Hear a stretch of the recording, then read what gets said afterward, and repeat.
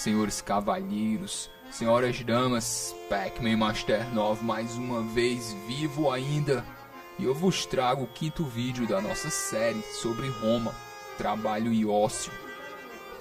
Antes de qualquer coisa, eu notei algo interessante nesse assunto. Talvez vocês conheçam um autor chamado Max Weber, que escreveu um livro chamado Ética Protestante e o Espírito do Capitalismo, do qual ele analisava a diferença entre povos latinos e germânicos. E o Weber viu uma diferença econômica em uma origem religiosa, ou seja, no caso, uma origem religiosa de uma diferença econômica entre católicos e protestantes.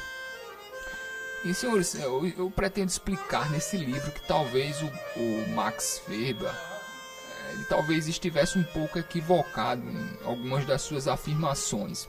Porque o que eu vou colocar aqui nesse vídeo é que as diferenças econômicas entre, talvez, as diferenças econômicas entre povos católicos e protestantes, que nada mais é do que uma diferença entre latinos e germânicos, na verdade, senhores, talvez não tenha muito a ver com religião. A questão aqui seja a visão que os nobres romanos tinham sobre os trabalhos manuais, os trabalhadores braçais. E talvez essa visão da nobreza romana com relação aos trabalhadores braçais, talvez essa seja a causa da nossa economia latina. Talvez não tenha sido tanto o catolicismo, como Weber apontou. Então, senhores, vamos começar aqui. Eu quero dizer o seguinte: pessoas notáveis em Roma, elas vivem de renda. É incrível porque existe uma hipocrisia absurda no Império Romano, que é o seguinte: os nobres, os notáveis, eles pensam ser nobres porque eles descendem de uma casta de guerreiros, de conquistadores que conseguiram terras, que tomaram territórios. Essas pessoas, os nobres romanos, os notáveis, eles se veem descendentes, ou pelo menos eles querem aparentar como descendentes dessas pessoas. Pessoas ligadas ao domínio, à exploração militar. Essas pessoas não se dão aos trabalhos manuais.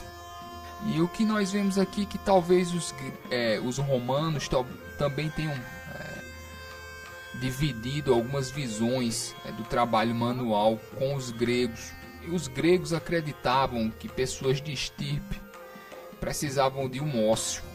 E que as pessoas que trabalhavam o dia inteiro, as pessoas que, mesmo que fossem homens e mulheres livres, essas pessoas eles não eram completamente livres, porque eles não poderiam se dedicar a si mesmos. Então o nobre, ele se vê como uma pessoa totalmente livre, porque ele não tem que gastar o tempo dele inteiro tendo que fazer de serviço manual.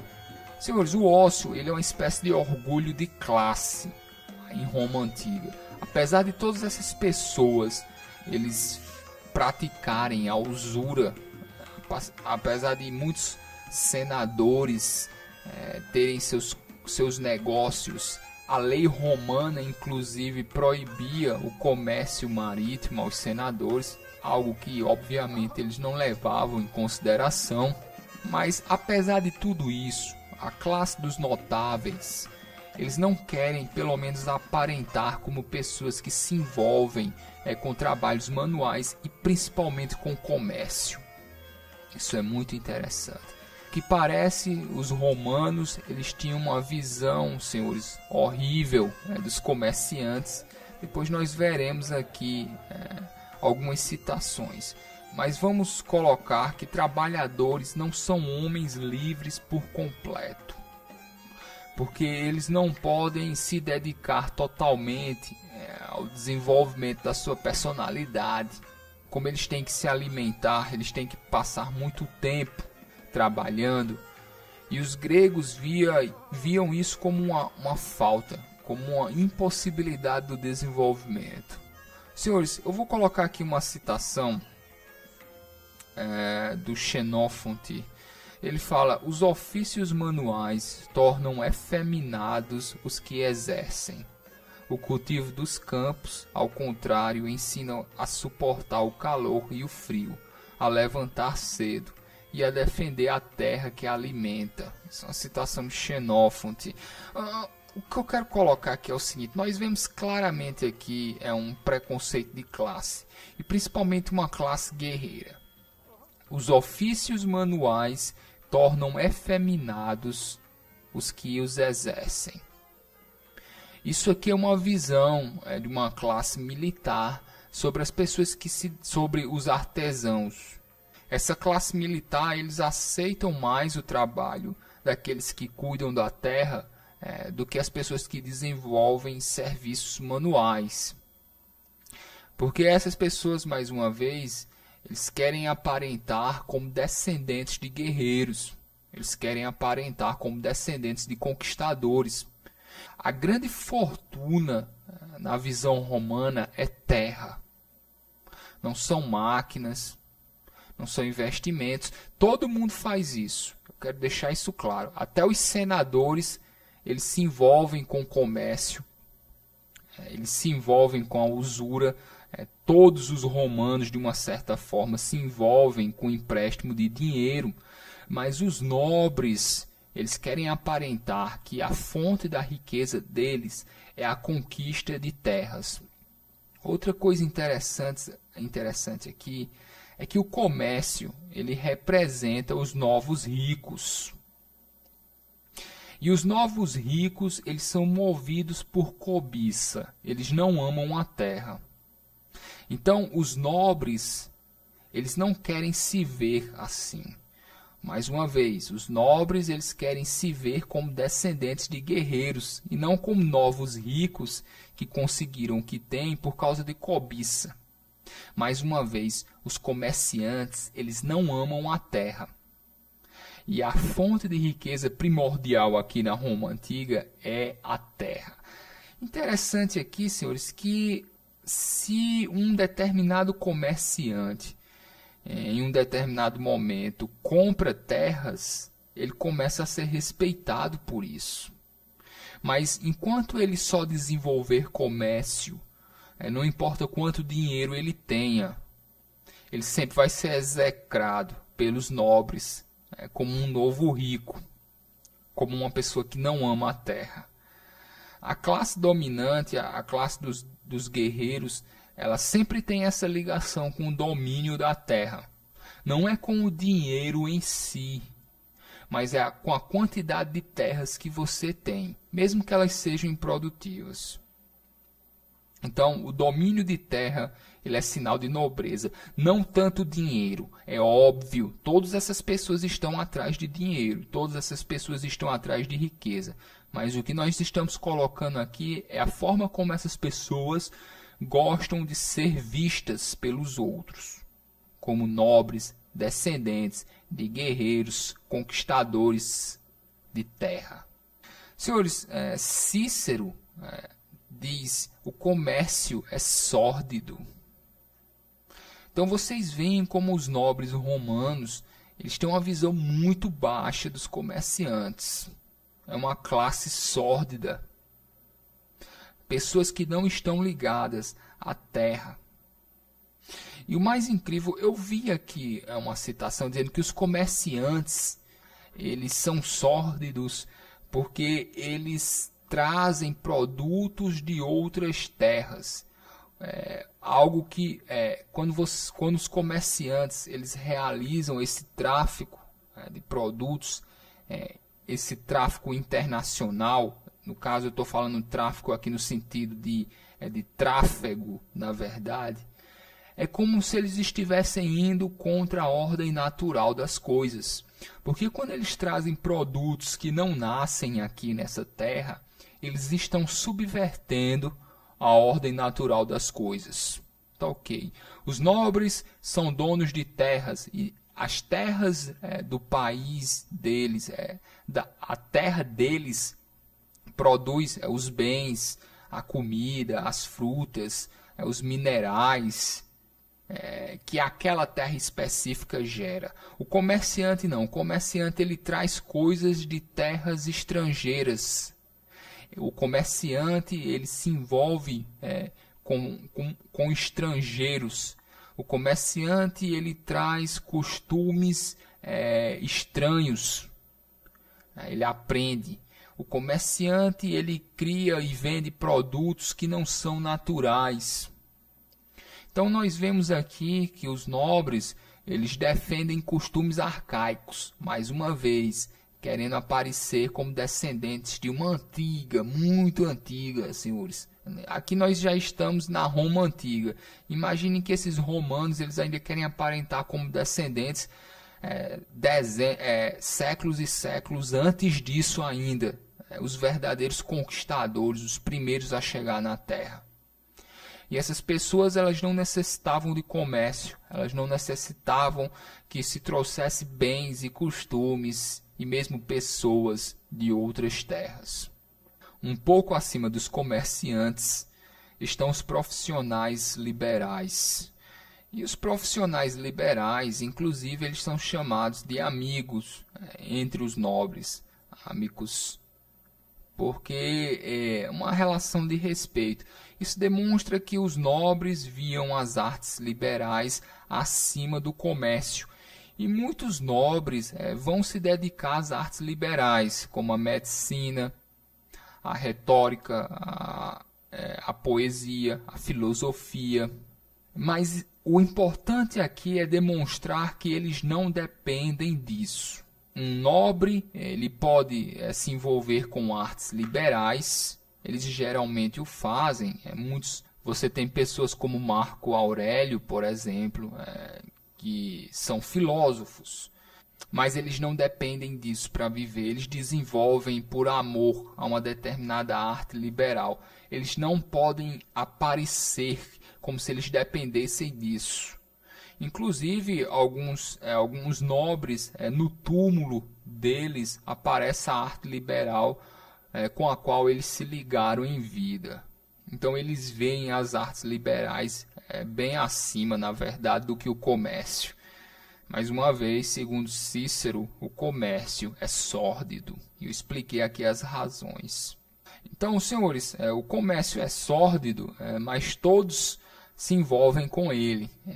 E os nobres, apesar de se envolverem muito com o comércio, eles não podem de forma alguma aparecer como se eles dependessem disso.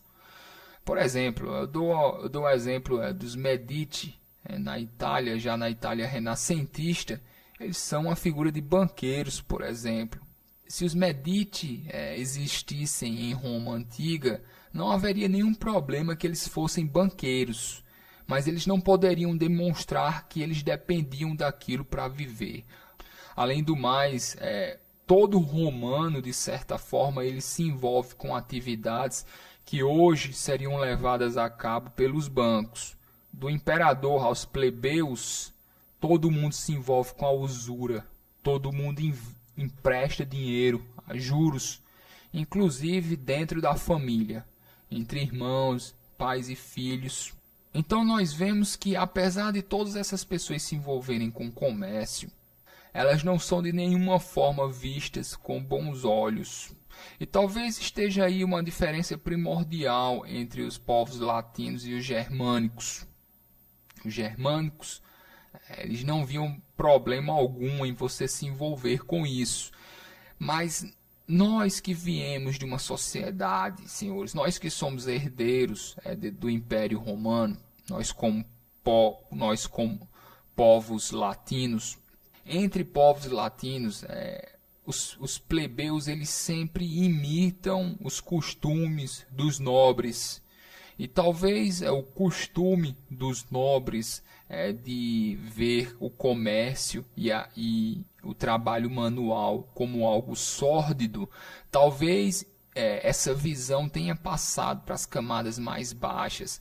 Nós, principalmente nós que somos brasileiros, senhores, a grande Roma moderna, senhores, o grande Império Romano moderno, que é o Brasil, porque eu nunca vi outro país nesse planeta, senhores, que se parecesse tanto com a Roma antiga, quanto esse país, senhores, chamado Brasil. Nós entendemos na época do Império, por exemplo, como as pessoas pobres elas imitam descaradamente os costumes e as visões dos nobres. Então, na sociedade latina, você vê o comércio e o trabalho manual com maus olhos, o trabalho em si, você vê que o ócio é uma coisa, é algo que diferencia uma classe nobre. Talvez, senhores, isso tenha entrado na cultura. Talvez isso já faça parte dos povos latinos. E o que nós vemos é que germânicos, muitas vezes, os trabalhos manuais que eles exercem, chegam mesmo a fazer parte dos nomes deles. Porque quando eu vejo os nomes germânicos, é muito comum mesmo que o sobrenome de uma pessoa seja o trabalho manual que ela exerce. Mesmo entre pessoas muito ricas. Isso não ocorre, senhores, na sociedade latina, entre latinos. Na classe, entre romanos principalmente, o meu sobrenome diz, é o clã de guerreiros e conquistadores do qual eu vim, eu como um nobre. Vocês conseguem ver uma diferença clara e nítida com relação ao trabalho entre germânicos e latinos? Então, o Max Weber, por exemplo, ele colocou que essa visão vinha do catolicismo, que a nossa visão do trabalho, nós latinos, nós permanecemos mais atrasados em relação dos germânicos por causa do cristianismo, do catolicismo principalmente. Mas não foi por causa disso, senhores. O Max Weber colocava que os protestantes germânicos, eles viam o trabalho com bons olhos, enquanto nós, que éramos católicos, latinos, nós víamos o trabalho como uma forma de cobiça, que era pecado. Ok, eu entendo que isso realmente existiu, mas talvez não seja só isso. Talvez, senhores, a nossa visão do trabalho, nós como latinos, o que nos diferencia dos germânicos, venha mesmo antes do cristianismo, tá ok? Venha desde essa visão dos nobres, do comércio como algo sórdido, e dos trabalhos manuais como algo que não é digno, mais uma vez remontando a uma classe muito, muito antiga de guerreiros, de nobres militares, dos quais, senhores, os romanos, os notáveis romanos querem aparentar, pelo menos, que são descendentes. Eu acredito que isso seja suficiente por hoje. O próximo vídeo eu vou falar especificamente, senhores, desse conceito, o conceito latino de patrimônio, tão importante na sociedade romana, como o patrimônio, na verdade, é o centro da organização social e, porventura, econômica de Roma. E mesmo o patrimônio ele chega a ser algo importante, mesmo como um conceito cultural, porque nós veremos que pais de famílias nada mais são do que gestores de patrimônio. Senhores, esse será o próximo vídeo. Mais uma vez, lembrando, senhores, da página, o link está aí embaixo, para que os senhores não percam os próximos vídeos. Senhores, eu já enchi o saco mais uma vez e eu acredito que já foi o suficiente, pelo menos por hoje. Senhores cavalheiros, senhoras damas, se cuidem.